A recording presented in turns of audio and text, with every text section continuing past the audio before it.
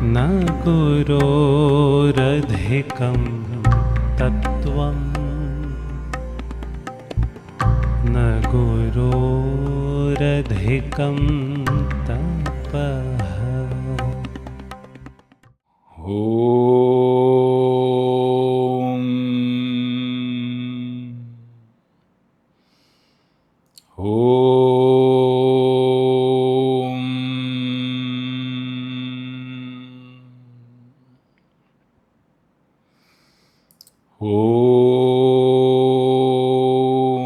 Shri Gurubhyo Namaha Hari Om. Dhyayamo Dhavala Vakunthanavatim Tejomayam Nashtikim Nigdha Pangavilokinim Dagavatim Mandaspita Srimukhim Valsalyamritavarshinim Samaduram Sankirtanalapinim Shamam Gimadastikta Suktim Amritanandamayi Om. Kum Gurubhyo Namaha Om. Gam Ganapati Namaha. My infinite prostrations at the lotus feet of my Sadguru, Sri Mata Amritanandamayi Devi, Universal Teacher, Universal Mother. I am my humble pranam to all of most beloved children listening to this talk. The topic continues to be the same. It is mainly about Grihastha. Before Grihastha, if one has the good opportunity, like in the olden days, the youngsters, they enter the Grihastha Ashrama or married life through the Brahmachara Ashrama. So if you enter the Grihastha Ashrama through the Brahmachara Ashrama, you will have the right vision and the understanding and the strength to face the challenges of life. You see, when we travel on the road, we see the signboards. We see different kinds of signboards. While we travel on the road or in trains, we see the start early, drive slowly, reach safely. So this is one of the signboards which we see in the side of the roads. Start early, drive slowly, and reach safely. That means when you say start early, it means in the life a good preparation. This is also a human being's life is also a travel. So start early means a very good preparation how to face human life. That is what is Brahmacharya. And drive slowly means planning well is what you call as drive slowly. If you prepare well, plan well, then we reach safely. We reach the human goal of life safely, happily. So everybody wants a happy life. So what do you mean by life? If you ask somebody, if we ask you what is life, how do you explain? You will say a person's life means existence. So a stone is existing. Can you call that life? No, it is not life. It is existing, but it's not life. Therefore, life means it is not just existence. Then you will say life means existence plus action. It's not a dead body. Existence plus action. So a machine does a lot of activity. So can you call that life? Existence plus action, can you call that life? Still it's not life. Therefore, existence plus action plus something. And what is that? Existence plus actions plus consciousness, awareness.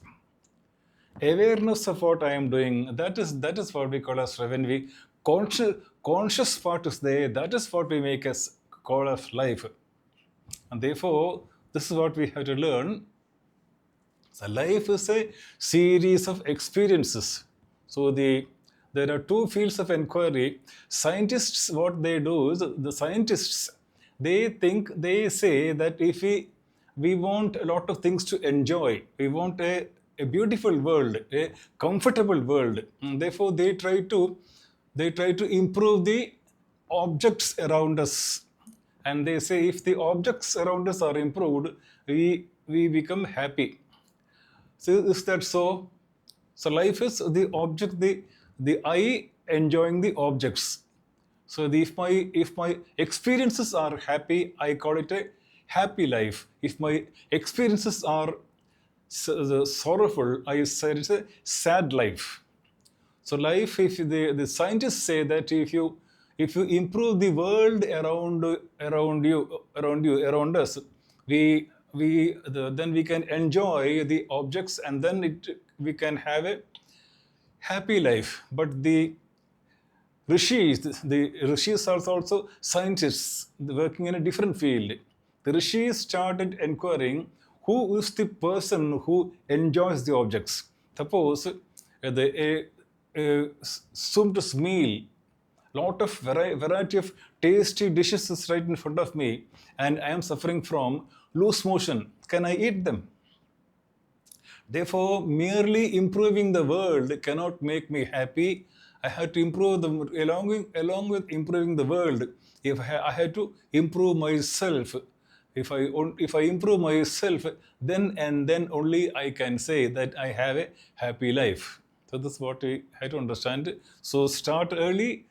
The start early means prepare well, drive slowly, understanding very well, then you reach the goal of human life. Now I will tell you a story.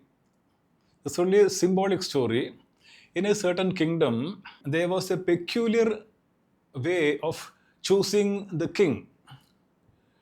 The king usually, when the king dies, the king's son will be the king. Finally, when that king dies, it's from father to son to son to son, unless somebody conquers and they takes over.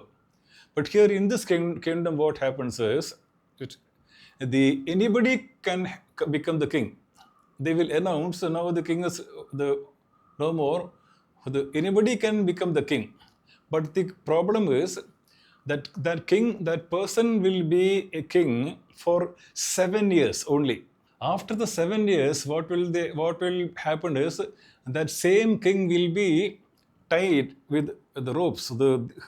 His hands and his feet will be tied. He will be put in a boat. He will be taken across the river, and he will be thrown into the forest where the wild animals will eat him. So this is what used to happen. Every year, every 7 years, the king used to change. The king once he becomes a king, he rules for 7 years. When the 7 years is older, he is caught. The hands and feet are tied.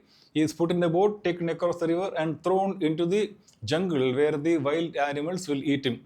So gradually, nobody wanted to become the king, because what is the use?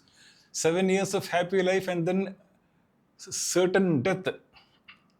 So finally, nobody wanted to become the king.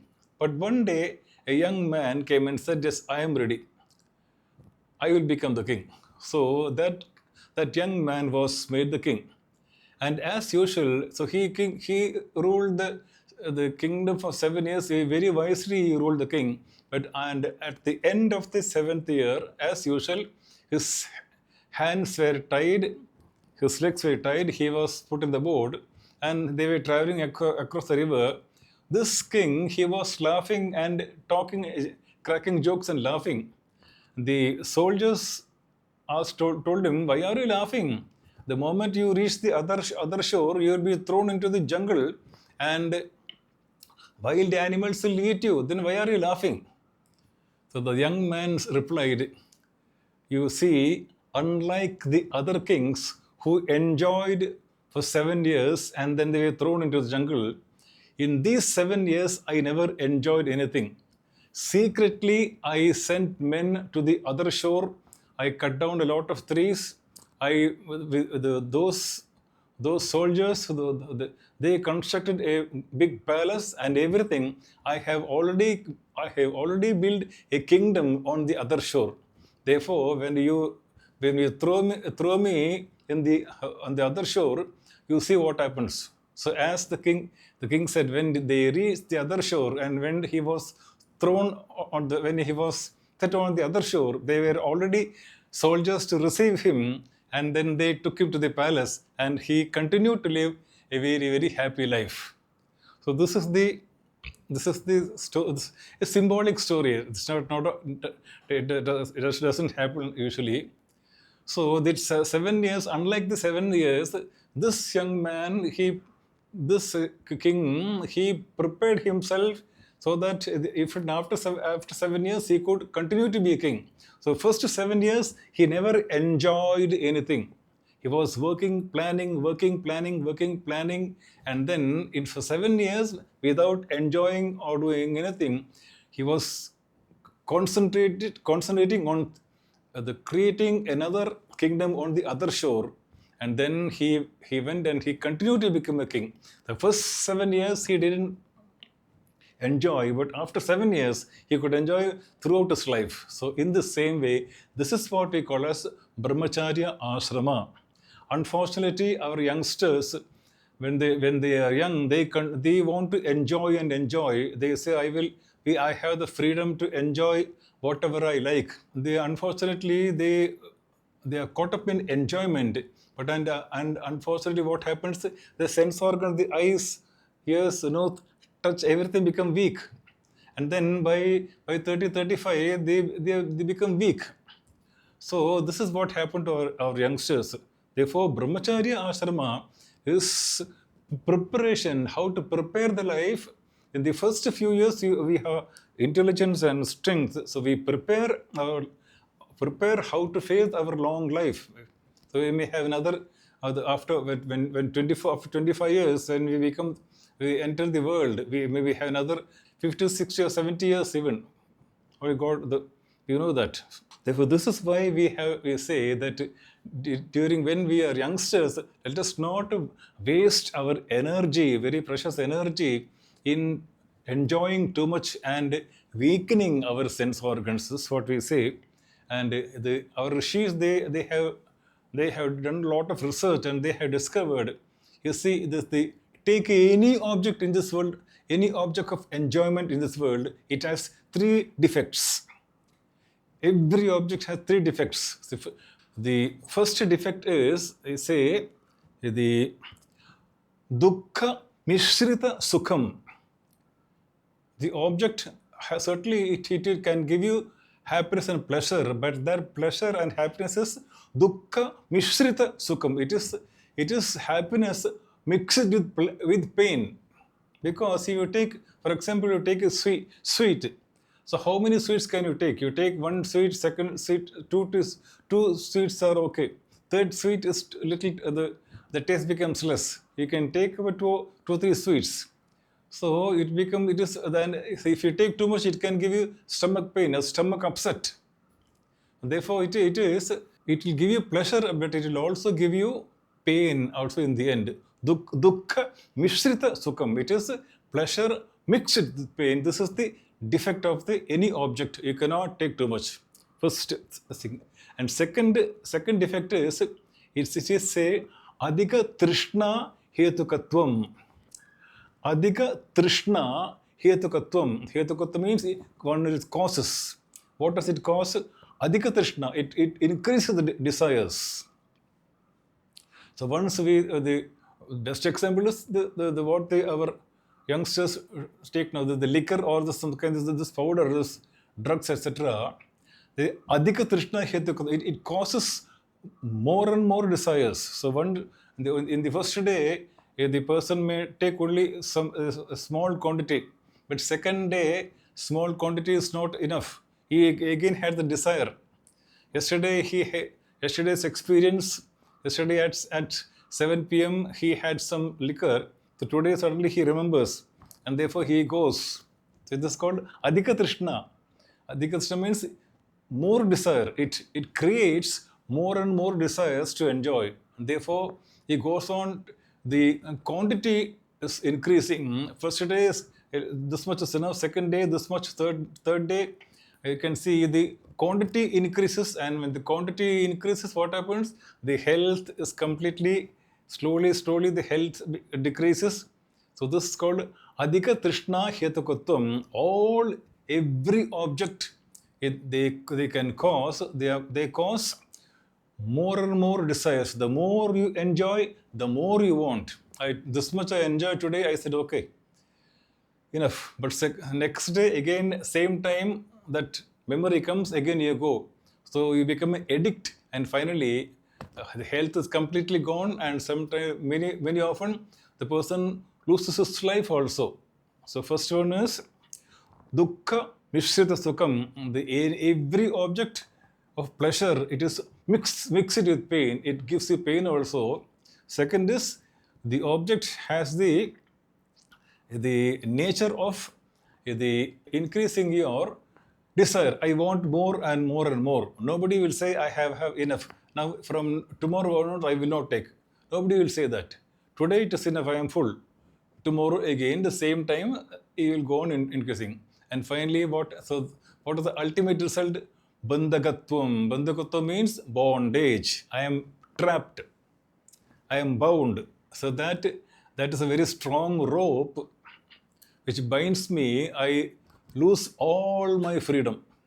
If I don't get that object at that particular time, that person becomes extremely restless. He starts. We have seen how these youngsters react when they don't get that thing at the proper time. They almost go mad, crazy.